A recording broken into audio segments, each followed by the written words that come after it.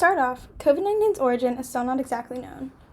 Many scientists believe it spread through animals in an outdoor market in Wuhan, China, but since Wuhan authorities closed and disinfected the seafood market without swabbing animals and drawing blood from workers, it will be hard to ever really know.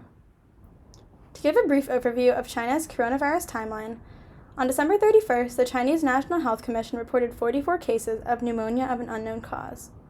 A few days later, the World Health Organization reported these cases, and soon the virus's sequence was publicly identified and announced. But it was not until almost a month later that the WHO declared a public health emergency, and only a few days after that for China to record 811 deaths, quickly surpassing the SARS outbreak of 2002. Now, in the course of the epidemic, China was not transparent in relaying information to its public or the world. On January 18th, China informed the public that the virus was spreading through humans when a report by the Chinese CDC noted 7 healthcare workers were already diagnosed in December to early January, clearly showing evidence of earlier human-to-human transmission. Furthermore, China muffled many whistleblowers.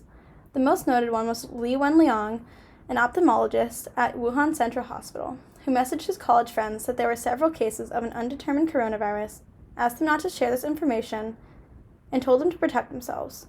Soon, the message circulated throughout and around Wuhan, and on January 3rd, he was forced to sign a document saying that he had spread untrue speech and disturbed the public order.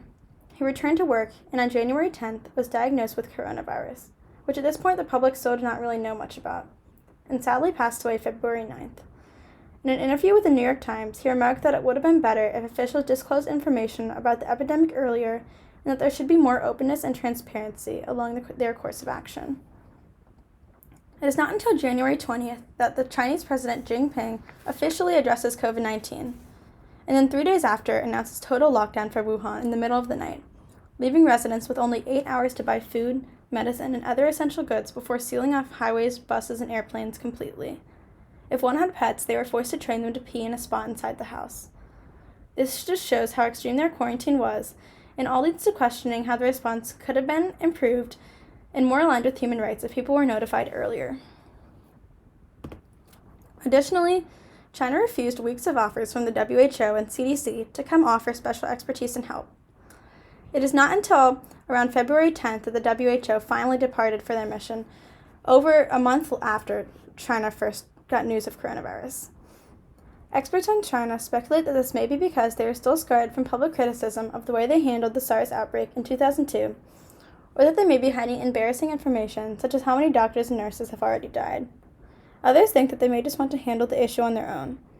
But these declined invitations have many repercussions, as the issue does not gain any outside perspective or expertise that doctors said they needed, and other country officials cannot understand what's working and what's not firsthand to learn how to improve their own nation's response. The secrecy surrounding this issue is far more inhibitory than constructive, as it is an issue with the potential to affect the whole world, and hence having only one nation work towards a solution endangers all humans. In order to work together for global health security, 196 countries, including all WHO member states, agreed to the international health regulations. These include guidelines like immediately reporting events of international public health importance and taking action against crises while upholding human rights in the process. These are not actually enforceable, however, and operate largely on mutual trust. So, while China delayed reporting the pandemic, which put the health of billions on the line, and had some questionable encounters with upholding human rights in their immediate, unprecedented quarantine of over 50 million people, no one can really do anything about this. This is where disease diplomacy comes into play. Even though it seems as though China should be reprimanded for its missteps, the WHO is sort of forced to praise China for its swift, efficient response, as chastising them may just spur more secrecy and have the opposite effect. Thus, international leaders are forced to praise and address countries in such a way that incite greater international cooperation, even if their statements sort of skew the truth. Today, China's infection and death rates have been declining significantly, Wuhan's lockdown has ended, and the WHO and others praise China for such an effective response. Life is returning to normal for them, but there are still questions to be raised over the way China handled the issue, and concerns over the ethics of disease diplomacy, as rewarding countries for missteps and human rights violations may set bad precedents for the future.